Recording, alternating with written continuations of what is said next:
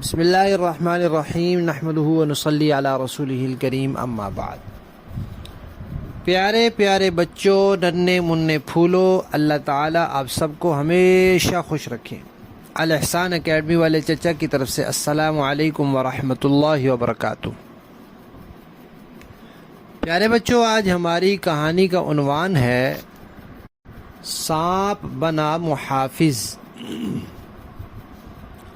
پیارے بچوں، آپ کو پتہ ہے کہ سانپ موذی جانور ہے۔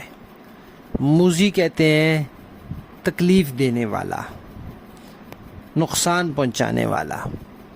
تو سانپ موذی جانور ہے، انسان کو ڈنگ مار دیتا ہے، ڈس لیتا ہے، اور کئی دفعہ سانپ کے ڈسنے سے انسان مر جاتا ہے۔ اس کا زہر ہوتا ہے، وہ جسم میں پھیل جاتا ہے۔ لیکن جب اللہ چاہیں تو وہی سانپ انسان کا محافظ بن جاتا ہے۔ جب اللہ چاہیں تو سانپ انسان کی بات ماننے لگ جاتا ہے، انسان کے کام آنے لگ جاتا ہے۔ بہت سے واقعات ہیں۔ تو آج ہم ایک ایسا واقعہ سنیں گے کہ جس میں سانپ نے حفاظت کی، ڈسا نہیں، ڈنگ نہیں مارا، وہ محافظ بن گیا۔ کیسے بنا؟ پیارے بچوں، آپ کو پتہ ہے نبی پاک صلی اللہ علیہ وسلم کے دو بہت پیارے نواسے تھے، حضرت امام حسن رضی اللہ تعالی عنہ اور حضرت امام حسین رضی اللہ تعالی عنہ۔ وہ دونوں صحابی بھی ہیں اور اہل بیت میں سے بھی ہیں۔ اہل بیت کا مطلب ہے نبی پاک صلی اللہ علیہ وسلم کے مسلمان رشتہ دار۔ تو وہ حضور کے نواسے ہیں، حضور کی پیاری بیٹی کے بیٹے ہیں، پیارے نواسے ہیں، تو اس لیے وہ اہل بیت میں بھی ہیں اور مسلمان بھی، صحابی بھی ہیں۔ وہ دونوں چھوٹے چھوٹے سے تھے۔ ایک دن وہ دونوں کہیں گھر سے نکلے تو بچے جیسے نکل جاتے ہیں تو بس وہ نکل گئے، آبادی سے دور چلے گئے۔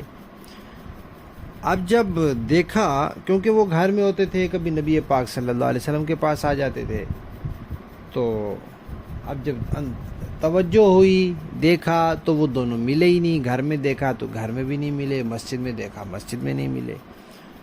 تو کسی نے آ کر نبی پاک صلی اللہ علیہ وسلم کو بتایا کہ حضرت حسن اور حسین دونوں مل نہیں رہے۔ تو دن کا وقت تھا۔ نبی پاک صلی اللہ علیہ وسلم نے صحابہ کرام سے فرمایا کہ سب اٹھیں اور میرے دونوں بیٹوں کو تلاش کریں۔ سب لوگ ان کو تلاش کرنے کے لیے چل پڑے، گلیوں میں ادھر ادھر۔ بہت بڑا تو شہر نہیں تھا۔ نبی پاک صلی اللہ علیہ وسلم خود بھی چل پڑے۔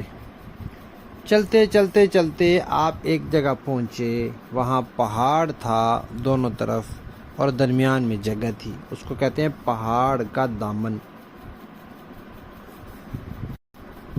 انسان کی جو قمیض ہوتی ہے، قمیض کے جو آگے نیچے لٹکا ہوا حصہ ہوتا ہے، اس کو دامن کہتے ہیں۔ یہ قمیض کا دامن ہوتا ہے۔ تو اس طرح پہاڑ کے نیچے جو جگہ ہوتی ہے اس کے پاس، اس کو پہاڑ کا دامن کہتے ہیں۔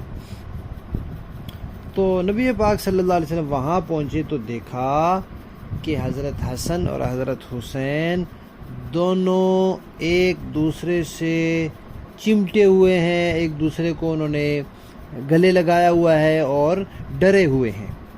اور قریب ہی ایک کالا سانپ اپنی دم کے اوپر ایسے اونچا ہوا ہے اور منہ سے ایسے آگ کی طرح چنگاریاں نکال رہا ہے۔ تو اب وہ بچے تو دونوں جا رہے تھے، چلے جا رہے تھے۔ تو اس سانپ نے سامنے آ کر، وہ سانپ کھڑا ہو گیا اور منہ سے چنگاریاں نکالنے لگا۔ وہ دونوں اس کو دیکھ کر رک گئے اور وہ ڈر گئے، تو دونوں نے ایک دوسرے کو گلے لگا لیا۔ اتنے میں نبی پاک صلی اللہ علیہ وسلم پہنچ گئے۔ تو وہ سانپ اللہ تعالیٰ نے بھیجا تھا کہ یہ بچے آگے نہ جائیں۔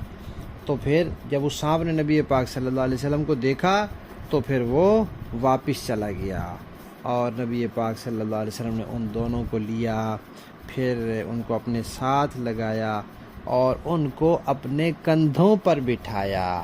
ایک کو دائیں کندھے پر بٹھایا اور ایک کو بائیں کندھے پر بٹھایا، اور پھر ان کو واپس لے کر آ رہے تھے، راستے میں ایک صحابی نے ان بچوں سے کہا کہ آپ کو تو بہت اچھی سواری ملی ہے کہ آپ نبی پاک کے کندھوں پہ بیٹھ گئے ہیں۔ تو نبی پاک صلی اللہ علیہ وسلم نے کہا کہ یہ دونوں جو اوپر بیٹھے ہوئے ہیں، یہ دونوں جو سواری کے اوپر بیٹھا ہوتا ہے پیارے بچوں، اس کو سوار کہتے ہیں، اوپر بیٹھنے والا سوار، اور جو جس کے اوپر بیٹھا ہوتا ہے اس کو سواری کہتے ہیں۔ کہتے ہیں نا آپ کے پاس کوئی سواری ہے؟ جی جی میرے پاس سائیکل ہے، میرے پاس موٹر سائیکل ہے، گاڑی ہے۔ تو ایک صحابی نے کہا کہ آپ دونوں کو کتنی اچھی سواری ملی ہے؟ تو نبی پاک صلی اللہ علیہ وسلم نے کہا کہ یہ دونوں سوار بھی تو بہت اچھے ہیں۔ تو پیارے بچوں، اللہ تعالیٰ جب چاہتے ہیں تو سانپ کے ذریعے بھی حفاظت کر لیتے ہیں۔ کہانی ختم۔